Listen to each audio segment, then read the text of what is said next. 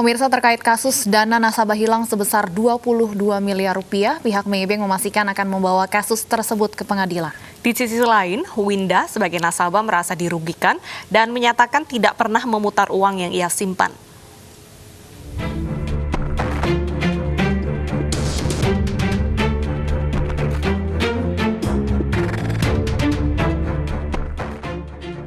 Korban penggelapan dana nasabah, Winda Lunardi, kembali angkat bicara.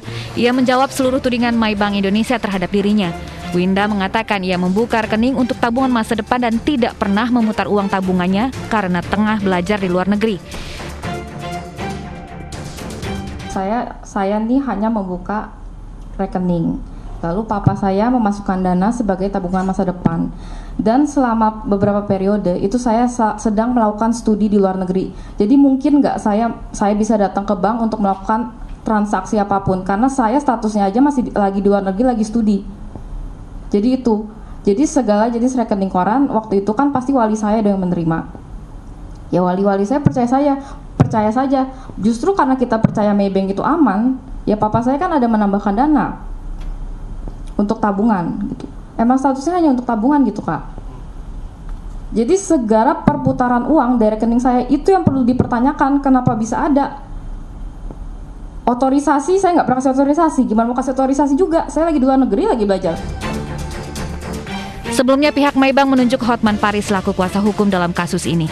Hotman menyampaikan sejumlah kejanggalan. Salah satunya adalah kartu ATM dan buku tabungan nasabah dipegang oleh pimpinan cabang berinisial A dari awal pembukaan pada tanggal 27 Oktober 2014 hingga saat ini. Hotman menduga ada keterlibatan lebih dari satu oknum. Bank dalam bank, ya berarti kan pimpinan cabangnya kan memainkan duit orang. Itulah harusnya yang saya bilang tadi, semua orang yang terima uang ini, ya, yang ada di sini ada 6 atau berapa nih? 8 harusnya diperiksa. Ini belum diperiksa di Mabes Polri. Harusnya kalau benar-benar tidak bisa dipertanggungjawabkan, ya akan penyidikan ditingkatkan ke mereka gitu loh. Winda melaporkan kasus ini ke Bareskrim Mabes Polri pada Kamis lalu. Dalam laporannya, Winda menyatakan tabungan 20 miliar rupiah di Maybank hilang. Uang itu disimpan dalam 2 rekening terpisah dengan rincian 15 miliar rupiah dan 5 miliar rupiah. Polisi kini sedang menyelidiki aset dan memeriksa sejumlah rekan tersangka atas kasus penggelapan dana nasabah ini. Modus operandi tersangka AT menarik uang nasabah tanpa izin pemilik rekening, kemudian mentransfer kawan-kawan tersangka untuk diputar dengan harapan mendapatkan keuntungan. Saksi yang sudah diperiksa sebanyak 23 orang, termasuk karyawan bank dan saksi-saksi yang lainnya. Saat ini penyidik sedang melaksanakan tracing aset dan menelusuri aliran dana yang digunakan saudara tersangka AT. Dalam kasus ini, polisi telah menetapkan kepala bank sebagai tersangka. Tersangka terancam pasal pelanggaran perbankan dan tindak pidana pencucian uang dengan ancaman hukuman 8 hingga 20 tahun penjara. Tim Liputan iNews melaporkan.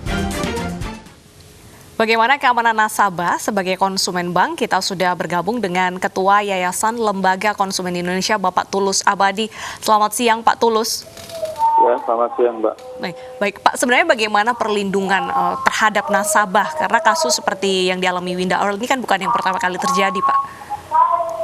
Ya, kalau berdasarkan pada regulasi sebenarnya sudah cukup aman ya, baik pada konteks undang-undang perbankan ataupun undang-undang tentang OJK dan peraturan-peraturan lainnya. Hak nasabah dalam konteks perlindungan dirinya itu sangat kuat. Nah, tapi dengan berbagai kasus yang terjadi selama ini, dan ini bukan kali pertama, ini YLKI menengarai ada kerentanan di dalam proteksi perlindungan nasabah terkait dengan data milik nasabah di dalam bank yang ada tersebut.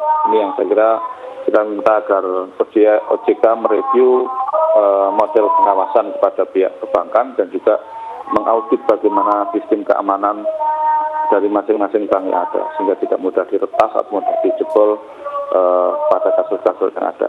Memang kita lihat kalau dari keterangan pengacaranya Maybank ataupun konsumen sebagai korban, nampaknya ada hilang sengkarut atau ini kasusnya complicated, tidak seperti pembobolan pada umumnya.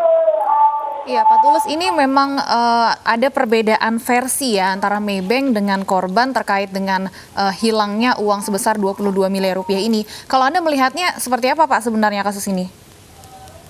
Ya, kalau dalam satu kasus tentu tidak akan ada pengakuan yang sama ya, baik itu pelaku ataupun korbannya, sehingga memang harus ada pihak ketiga. Dalam hal ini tentu kita apresiasi upaya polisi untuk melakukan penyidikan pada konteks pidana, tapi di sisi lain kami juga minta otoritas jasa keuangan untuk melakukan tindakan yang paralel, yaitu melakukan mediasi terhadap kasus ini. Karena sebenarnya ini mau tidak mau merupakan tanggung jawab OJK selaku pengawas di sektor keuangan, dan juga ini merupakan satu bentuk ketidakefisienan OJK dalam melakukan pengawasan terhadap industri finansial di Indonesia. OJK harus turun tangan untuk menangani kasus ini juga, Pak Tulus? Oh iya dong, dan harus proaktif karena ini industri keuangan, khususnya bank, itu kan pengawas utamanya adalah OJK. Jadi kalau ada kasus-kasus seperti ini, jelas dan tegas bahwa OJK secara regulasi, bagaimana diatur dalam undang-undang tentang OJK, itu bertanggung jawab terhadap kejadian-kejadian bobolnya nasabah bank, data dan segala macam, karena ini menyangkut pelindungan konsumen perbankan. Baik, Pak Tulus, adakah saran Anda kepada masyarakat yang mungkin memiliki tabungan di bank atau akan membuka tabungan agar mereka tidak merasa khawatir dengan adanya kejadian ini? Apa saja yang harus diperhatikan?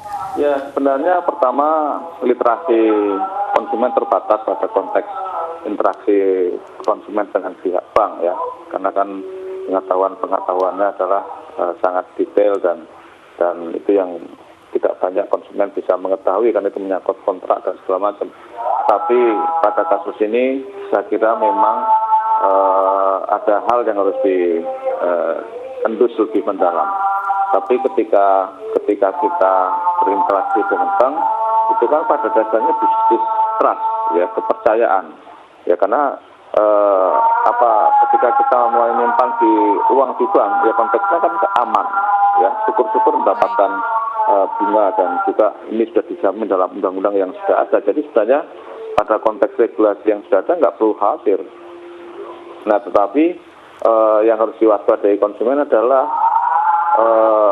ini, walaupun saya tidak mengatakan apakah dalam kasus ini ada praktek bank dalam bank seperti kata pengacara Hotman Paris, tapi ini yang saya tengarai, fenomena-fenomena ini memang banyak terjadi di bank-bank di Indonesia, bahkan di luar negeri. Nah, sehingga ini harus ada pengawasan yang serius. Baik, ya, perlu adanya pengawasan ya, Pak ya? Ya, praktek shadow banking yang terjadi. Baik, terima kasih Pak Tulus sudah bergabung bersama kami di News Siang. Selamat bertugas kembali.